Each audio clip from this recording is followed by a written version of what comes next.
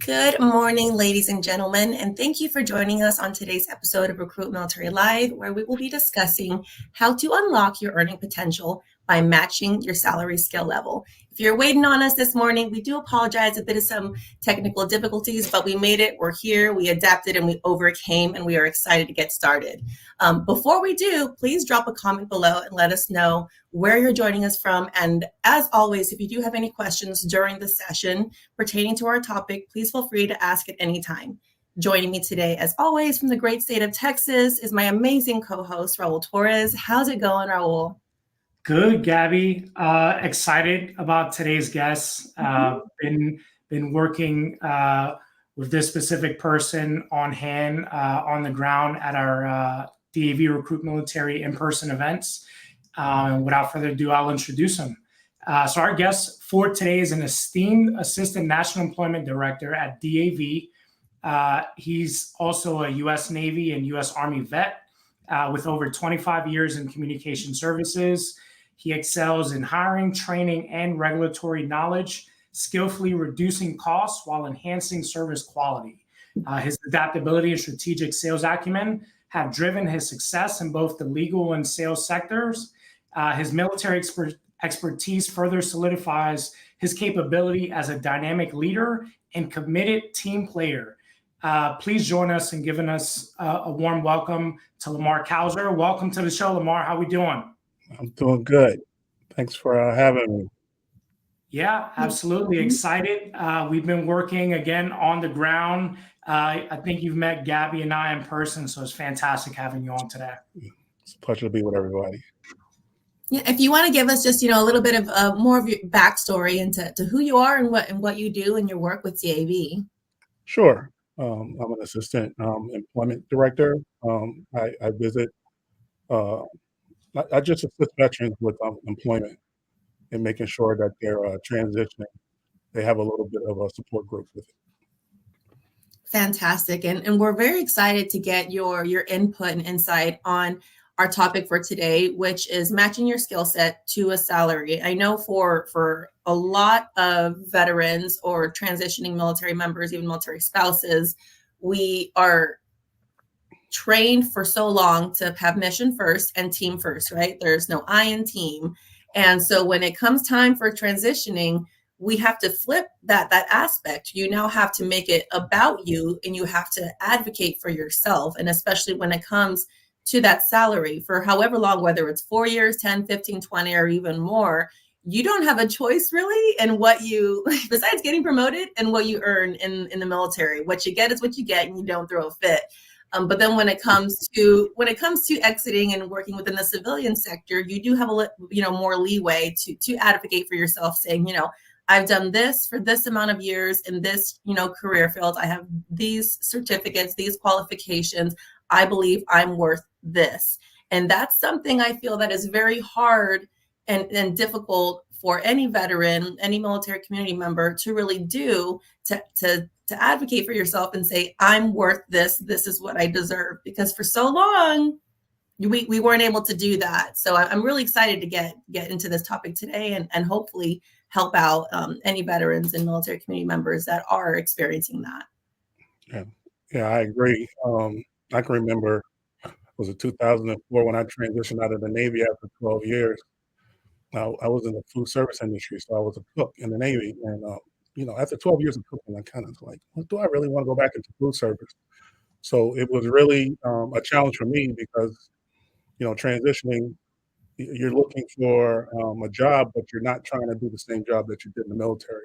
So that's where, selling yourself on some of those hard and soft skills are going to be important to highlight, especially when you're trying to change career paths. Exactly. And, that's a good point that you brought up, because for some people like myself and even Raul, we kind of stayed within the sector of what we did in the military for, 4 to 10 years. I absolutely love public affairs and marketing. I stayed in there. And so I had that long amount of experience to put on that resume. But for someone who's wanting to enter into a different career field, that's a whole other ball game in itself. So that kind of, goes perfectly into our first point for today is that first point in advocating for yourself and managing your expectations when it comes to what to expect for that salary is creating that resume. And when you're beginning to create that resume, one of the first steps you need to do is reflect. Reflect on what you just mentioned, those hard and soft skills, tangible and intangible things that you do bring to the table. You're absolutely right. Always practice the KISS method. I think everybody knows what KISS method is. It's keep it simple, stupid. So join the military. Whether it's the Army, Navy, Air Force, Marine, Space Force, you can kind of go back to the simple parts of service, which is really going back to the mission statement or just what your core values were, and build on that. Yeah, and I do have to say, as far as like translating those hard, soft human skills, whatever it is that you want to call them, man, I gotta say, at our job fairs, as you know, Lamarr, because you're there alongside us at these events, the conversation being had between a job seeker that's coming in, whether they're transitioning out or maybe they've already transitioned out, they're a veteran, but the people they're talking to that are there, the representatives, are veterans themselves.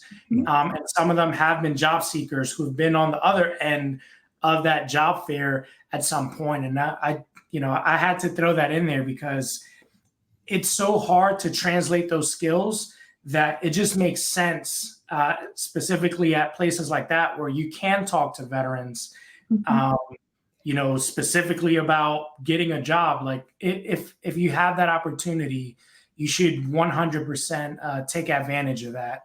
And that kind of goes into the next segment here, which would be, okay, you're transitioning out and maybe you don't have that experience. Like Gabby and I stayed within the same career field. You don't want to do, what you did in the military. Now you're transitioning out.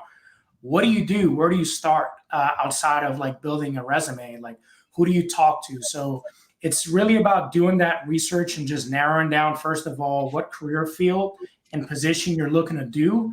But then like, where do you take it from there? Once you know what to do, like who do you talk to? Do you talk to veterans in that space? Things like informational interviews are probably something that you want to take a look into. So I just wanted to toss that over to you, Lamarr. Like what do you think about once you figured out what exactly you want to do? How do you research on your own, and who do you reach out to, as you're transitioning into this new field? Yeah, for me, if I see something that I want to do, either I'll volunteer in that space or I'll do a lot of research. The research part for me is fun because, I start kind of at the company level. Whether you're attending a job fair that we have, you look at all the businesses that are listed on the website. You can do a background check on them and kind of find out, what's their mission statement, what's their core values, how are they are viewed internally, externally in the community. When I was going to school, finishing my degree, one of the companies that I had to do a background check was a staple company that did a lot of candies and food. But I realized that their portfolio was a lot larger than just candy. But then when I went to the About Us section, I was surprised to see that they really cared about the environment. They really cared about diversity and inclusion. They really cared about the planet. So, if you're the type of person that wants to be around a company that really wants to make a difference in the world other than selling a product, that's one of the companies that you look to be a part of. The other thing is a lot of service members who transition really want to get back into some sort of, not really nonprofit, but just a corporation that's really connected to the military community. And you can look at a business that actually has an ERG group that really makes a difference and impact internally because there's a support group there of veterans that are really going to mentor you and support you in your endeavors. Yeah, that's some great pieces of advice, because I think that's something we've mentioned on a few of our lives before is, we're automatically thinking of the paycheck at the end of the day, but there's so much more that comes with the salary. There's the benefits. There's, is this organization something that you can see yourself belonging in and growing within? Is there room for growth? Do they have the same morals and mission statement that aligns with you and where you see yourself in 5, 10, 15 years? So that's a great piece of advice. And I feel like not a lot of, when it comes to especially having an idea of what that salary may be getting out, is a lot of people may not be aware of the resources that are literally just within their network. We're thinking about who can we speak to when it comes to speak about this. There's anyone that you, especially within your own career field, anyone within your network that has gotten out of the military that you're still in contact with, reach out to them.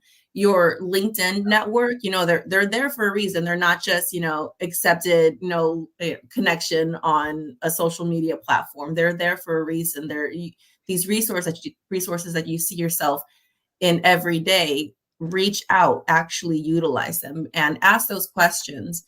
And I think, Raul, you made a great point as well. I did this with myself, I think about 12 or 9 months before I got out of the Marine Corps. When I was stationed on Camp Lejeune, they held job fairs on base.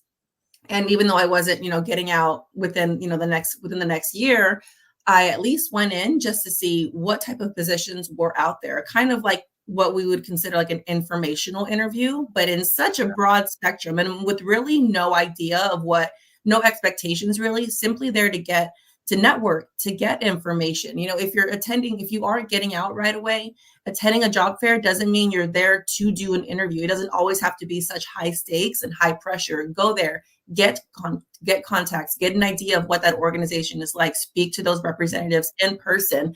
I was deeply considering, especially because I stayed in the North Carolina area, I spoke to almost everyone there.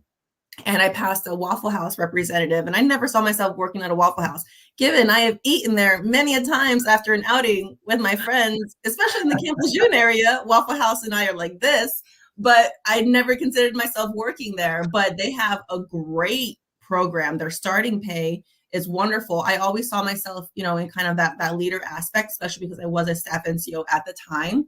And they're always hiring for managers, and you actually can move up the ladder fairly quick. And they have locations coast to coast. So my options, for where I could go were, so it was a great option, but it was something I never would have considered if I didn't go to that job fair. So I think, Raul, you made a great point, especially our job fairs where all of our employers that are attending are military friendly. They're there specifically to hire veterans, military spouses, dependents, retirees. So that's a great point when it comes to utilizing your resources, and especially gaining that aspect on what to expect from a salary exiting the military. Yeah, that's a great point. In one of the job fairs that I was at, I was pleasantly surprised with the networking that I did with employers, because, one of the things that I specifically can remember is one of the recent events that we did at MacDill Air Force Base, where, the base is not really known for like security and police, but there were some sheriffs there in uniform, and a lot of folks were bypassing that booth because they was like, well, I don't want to be in patrol. And then there was a military spouse. I said, you need to go over there and talk to them, because they're actually hiring people that have a lot of computer customer service experience because of the AI and just those remote cameras and things that they got to use to help detectives. They need real technicians that are going to be able to implement a technology. They were also hiring for mechanics, because they have a fleet of vehicles that you maintain. So you never know. That unknown employer is also important, just to network with, because it's not just the appearance of a uniform that you really need to be concerned about. It's networking and understand that there's other opportunities within that company. Precisely. And having those conversations, especially with the representatives from that employer in person, can make a world of difference, because you can ask those questions, especially when it comes to the skill sets that you possess and the qualifications, the certs, the training. Like, hey, I have A, B, and C. Is there anything else that your organization would look for when hiring a candidate that would put me above? Your military experience is already going to set you apart, but is there anything else, any other training, any other certs that I would need to have that would make you consider me over, John Doe? And that's, like I said, these are like almost informational interviews right there on the spot in such a mass variety right there in front of you. So these job fairs are just gold mines for you. Yeah. And I just want to add, like, don't wait till the job fair. If you want to get more out of it and you actually are like really pushing for interviews, once you do that research, look at your LinkedIn network. And if you don't find anyone that's within that career field, this is something that I did on LinkedIn. I would just look up a company where I saw a promising like job listing, and I would look at that company. I would look at my like area. I was in Maryland at the time, and see if there were any veterans in the area that worked for that company. And I would shoot out, cold messages in hopes of informational interviews, and some of them stuck. And I actually got either a Zoom interview. I think I got like one in-person interview. We were still in the middle of COVID. But make sure you use your network. And if you don't have anyone in your immediate circle, reach out to veterans that work for companies that you're interested in. Ask all those culture questions that Lamarr was alluding to earlier. You want to make sure you know the company. So by the time you get to that job fair, you have specific questions in mind, and that makes you look like a better candidate because you came in well prepared. So make sure to do your research 100%. Yeah, and I didn't know this before I transitioned, but I believe it still exists on LinkedIn, especially when you're transitioning and you're a veteran. I believe you can get a professional account for free for a year. Yeah, premium account. Yeah, so you can get the premium account. You'd be looking maybe 6 months out. Register for a professional account, a premium account, and you can do a lot more research and networking that way. And then they also have LinkedIn Learning that you can use that can also help you with some of those transitional things that you need assistance with, whether it's conducting an interview or things of that nature, because that can be intimidating itself. Yeah, and I know it's been oh gosh, almost 5 years. Holy smokes! Oh my gosh, it's been almost 5 years since I've exited. I know it's been a bit less for yourself, Raul, I believe. But I know a lot probably has changed within those 4 to 5 years. So if there are any questions that our audience members may have, especially we may not know everything right now given the state of constant change, but we're definitely here to help. And I think that's something that a lot of people are struggling with, is that there is constant change, especially reaching out to veterans that you served with, be like, hey, do you know about A, B, and C? And they're like, oh, well, the last time I checked, it was this, but I would still do your own research. That's why it is, as you guys mentioned, so important to do that, to continue branching out in your network. Like Raul was saying, reach out, do your research on LinkedIn, look up the organization, look for veterans. I promise you, veterans would never be, swayed to, they're always going to be here to help out. One thing about the military community is that we are eager to stay connected to other veterans and other military. We love seeing, I see, a red hatter out in Walmart and I'm like, oh, Semper Fi Devil.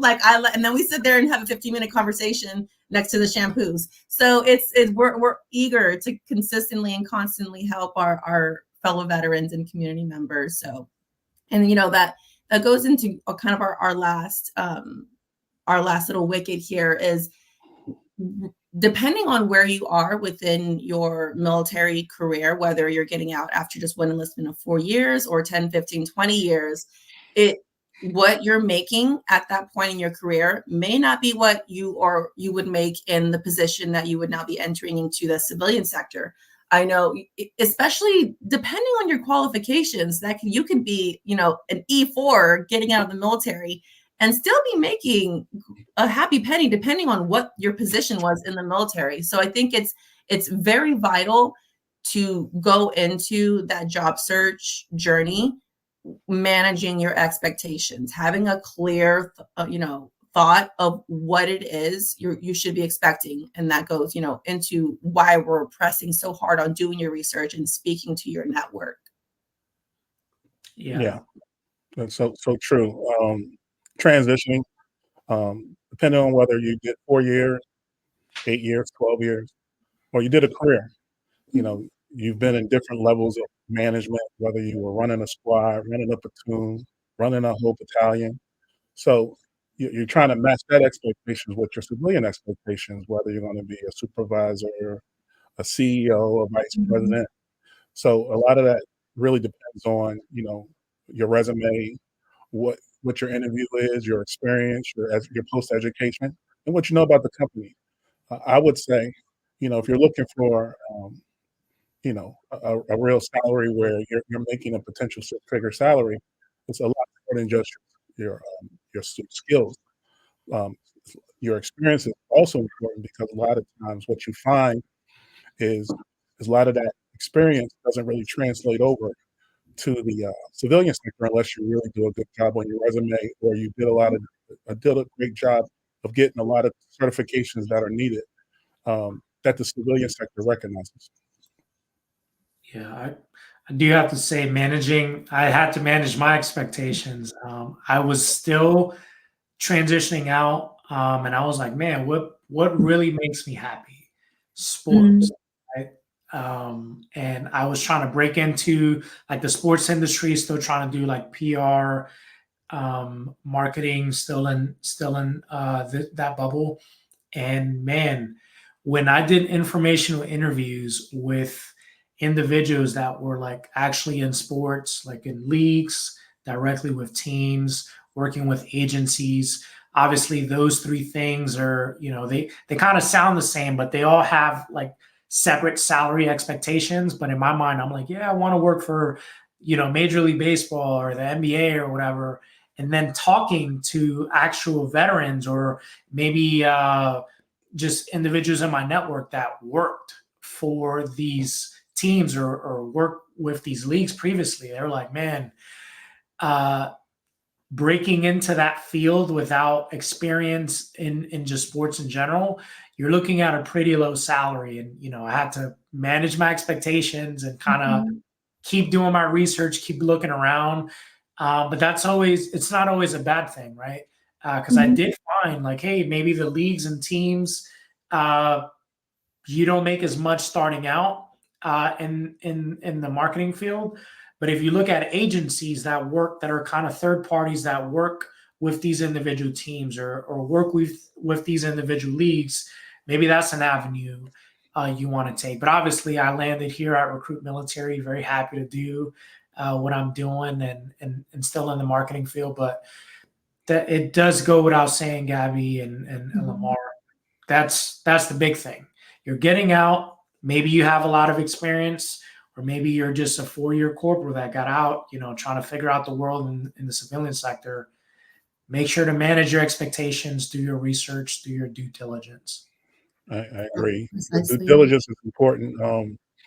One of the things that wasn't really promoted during my transition was SkillBridge.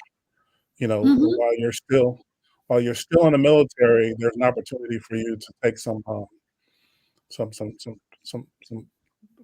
quality time off of unit assignment duty and all the other things to really go into the civilian sector and work for an employer to kind of see what that civilian employment is, to kind of test the waters, if you will, and try to build an understanding of what culture is, understanding what their expectations are. I think that's underutilized a lot, but you should definitely look into whether or not your commander, your unit, offers a DoD SkillBridge so that you can take advantage of that while you're still active. Yeah, that's definitely one sure way to be up to date with the current industry standards of what it is you're looking for. Because I think, Raul, you mentioned as well, you could, whatever your time in service is and whatever your credentials may be, it still may not be up to par with what, especially with nowadays with technology just constantly advancing and new programs being, instituted into organizations. you may be doing everything that you feel is up to date within the realm of the military, but the civilian sector may be light years ahead. So doing your research, and then also if you have the opportunity to do a SkillBridge program, you're there in the weeds with that organization, with whatever programs they're doing in current time, and getting that real time experience. So you hit it right, the nail right on the head, Lamarr. If you have the opportunity to do a SkillBridge program and your command is willing as well, that's something we are always advocating for. Yeah, and go ahead, Lamarr. Oh yeah, just witnessing I guess we're coming on the other side of it, COVID, but the transitioning service member for the last 4 years had to deal with another competitor, which was AI. AI just took over a lot of and replaced a lot of folks in the workforce. That's why right now, even when you put in a resume, AI is sifting through that, looking for keywords and things like that. Um, Skills is going to help an employer stay competitive, and stay up to date on what's happening in real time. That's the data that you can't get from AI. So it's really important to highlight those skills. Absolutely. And I just wanted to add, Gabby and Lamarr, going off of SkillBridge. If you're interested in SkillBridge, we actually offer SkillBridge opportunities in-house. We were strictly at one point just recruiting, but now we've branched out in-house with like tech, and we even have some interns on the marketing team. But we're also we've opened it up to companies we're working with as well, being just kind of the third-party facilitator for them. If you're interested, RecruitMilitary.com, we got you covered there too. Yes, sir. Well, so, just circling back on everything, when it comes to getting out of the military, salary is making money is, always one of the first things, whether it's just you or a family that you have to take care of. Finances are always going to be at the forefront of your mind. So when making that transition, when having that salary in mind, it's important to first reflect on everything that you bring to the table. Really make the mission you now, because it's about you and your family. What you bring to the table, what certs you have, what qualifications, what sets you apart. It is all about me.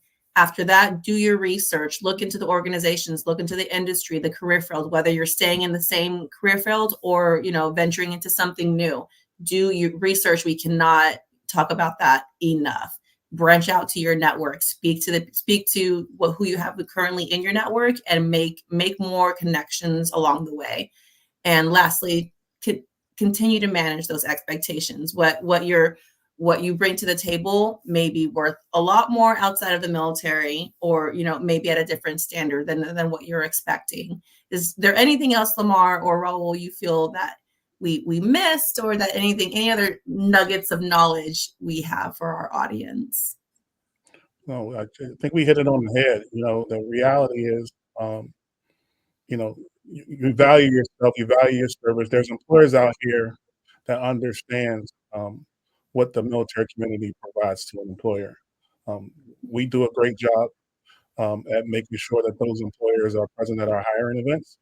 And like I said, if you attend one of those events, you can understand that they've made a business plan to hire the best, and that's you. Yeah, I think we covered it all. But just remember, do your due diligence, go out there. It's on you. You're the transitioning service member and or spouse. So make sure you do your research before you transition out. Absolutely. And advocate for yourself first and foremost. So thank you again, everyone that joined us today for our episode of Recruit Military Live. Thank you, Lamarr, for joining us and giving us all the wealth of knowledge that you had to offer. And we are excited to see you guys next time, and have a wonderful day. All right. Appreciate you, Lamarr. Thank you. Thank you. Thank you. All right.